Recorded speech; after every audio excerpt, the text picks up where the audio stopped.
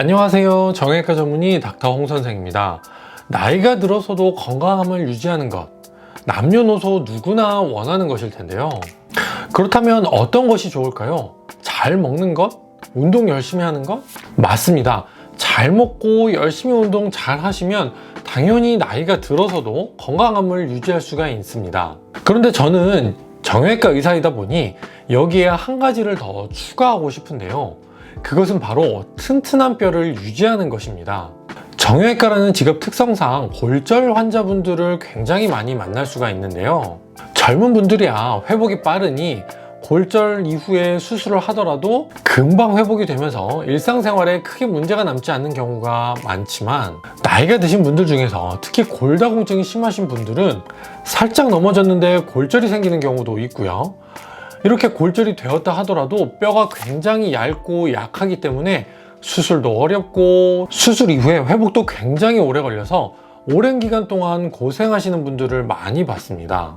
그래서 이번 영상에서는 튼튼한 뼈를 유지하기 위해서 골다공증에 대해서 알려드리고, 이 골다공증을 예방하거나 최대한 늦출 수 있는 아주 좋은 방법들에 대해서 알려드리도록 하겠습니다.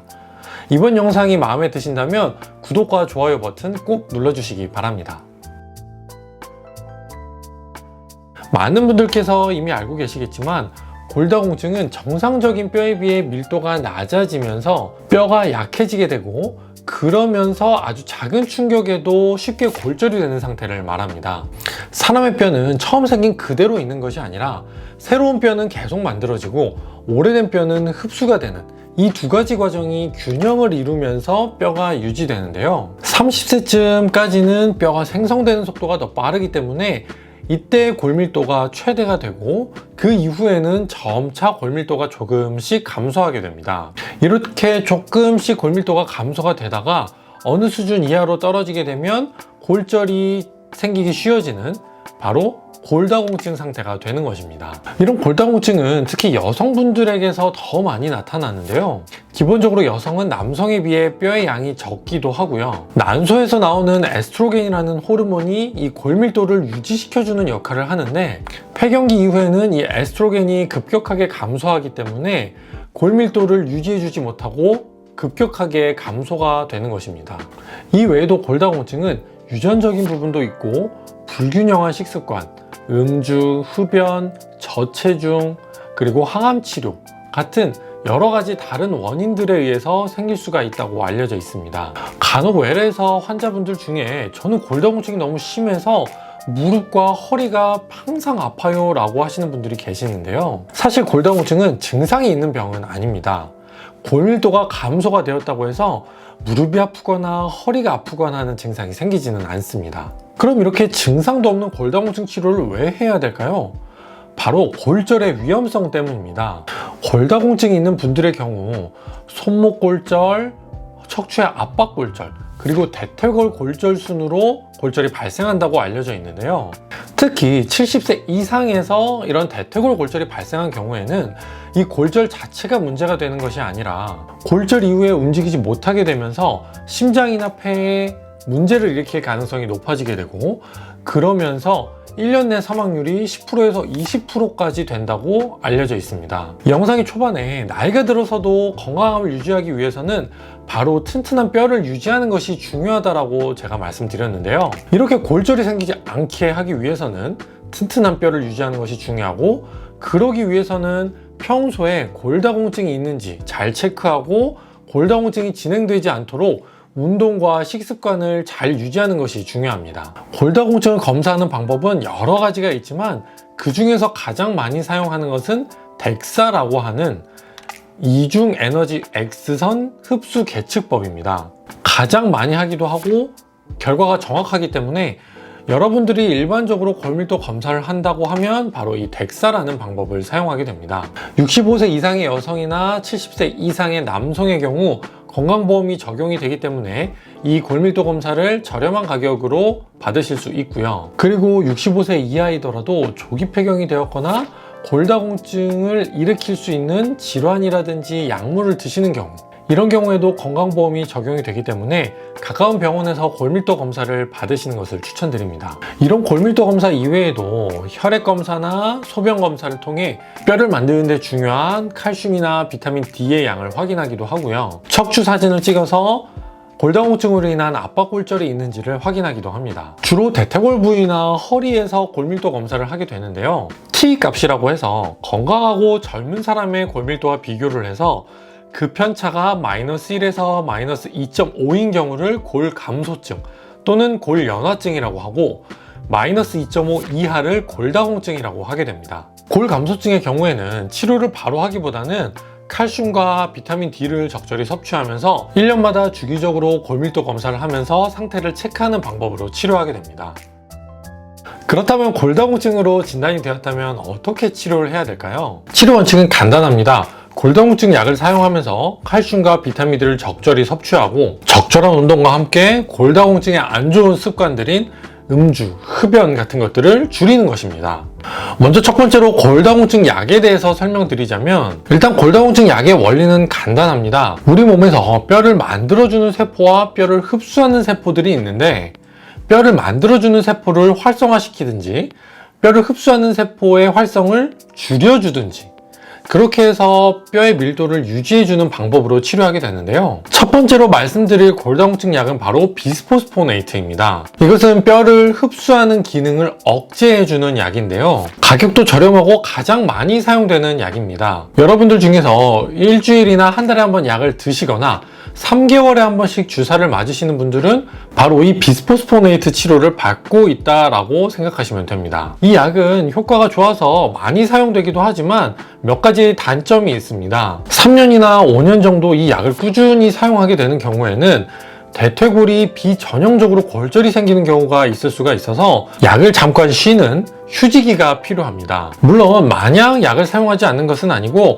골다공증이 심하신 분들에는 다른 약으로 대체를 해서 사용을 하고요. 심하지 않은 분들은 매년 검사를 하면서 골밀도 검사가 낮아질 때 다시 치료를 하게 됩니다. 또 다른 문제는 턱뼈의 괴사가 되는 문제인데요. 이 비스포스포네이트를 오랜 기간 사용하게 되면 발생할 수 있는 문제이기 때문에 조심해야 하지만 굉장히 드물고요. 그리고 발치나 임플란트 같은 큰 시술에는 주의가 필요할 수 있지만 그렇지 않은 간단한 치과 치료에는 전혀 문제가 되지 않으니 너무 크게 걱정하실 필요는 없습니다. 그리고 또 다른 문제는 역류성 식도염입니다. 비스포스포네이트를 먹는 약으로 복용하시는 분들의 경우 발생할 수 있는 문제인데요. 이 약이 역류성 식도염을 잘 일으킬 수 있기 때문에 약을 복용하고 바로 누우시거나 이러면 위산이 역류할 수 있어서 안 좋고요. 약을 복용할 때도 충분한 양의 물을 섭취해 주셔야 역류성 식도염으로 인한 불편함을 최소화할 수가 있습니다. 두 번째 골다공증 약물은 데노스맙입니다.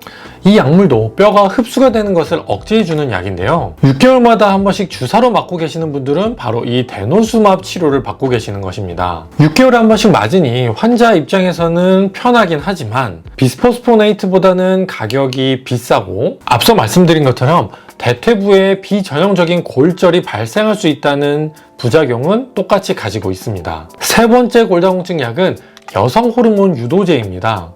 매일 약으로 드시는 분들은 바로 이 여성 호르몬 유도제 치료를 받고 계실 가능성이 높은데요. 골밀도 감소를 억제하는 효과는 다른 약들에 비해 약하긴 하지만 유방암이나 난소암을 예방해주는 효과가 있기 때문에 골다공증 초기인 환자분이나 55세 미만인 여성분들께는 아주 큰 도움이 되는 치료 방법입니다. 마지막 네 번째 골다공증 치료제는 바로 부갑상선 호르몬인데요. 골다공증 치료제들 중에서 유일하게 뼈 생성을 도와주는 약입니다. 매일 또는 매주 스스로 피부의 아래에다가 주사를 놓는 방법으로 치료를 하게 되는데요. 이 약은 골밀도가 아주 낮거나 아니면 여러 군데 골절이 이미 있는 분들께 사용하게 됩니다. 이 부갑상선 호르몬제는 효과는 아주 좋지만 2년 이상 사용은 할 수 없다는 단점이 있고요. 그리고 급여가 적용이 되지 않는 경우에는 비용이 매우 비싸다는 단점이 있습니다. 그럼 이 중에서 어떤 약이 제일 좋으냐? 사실 골다공증 치료는 꾸준하게 하는 것이 가장 좋은 치료 방법입니다. 그렇기 때문에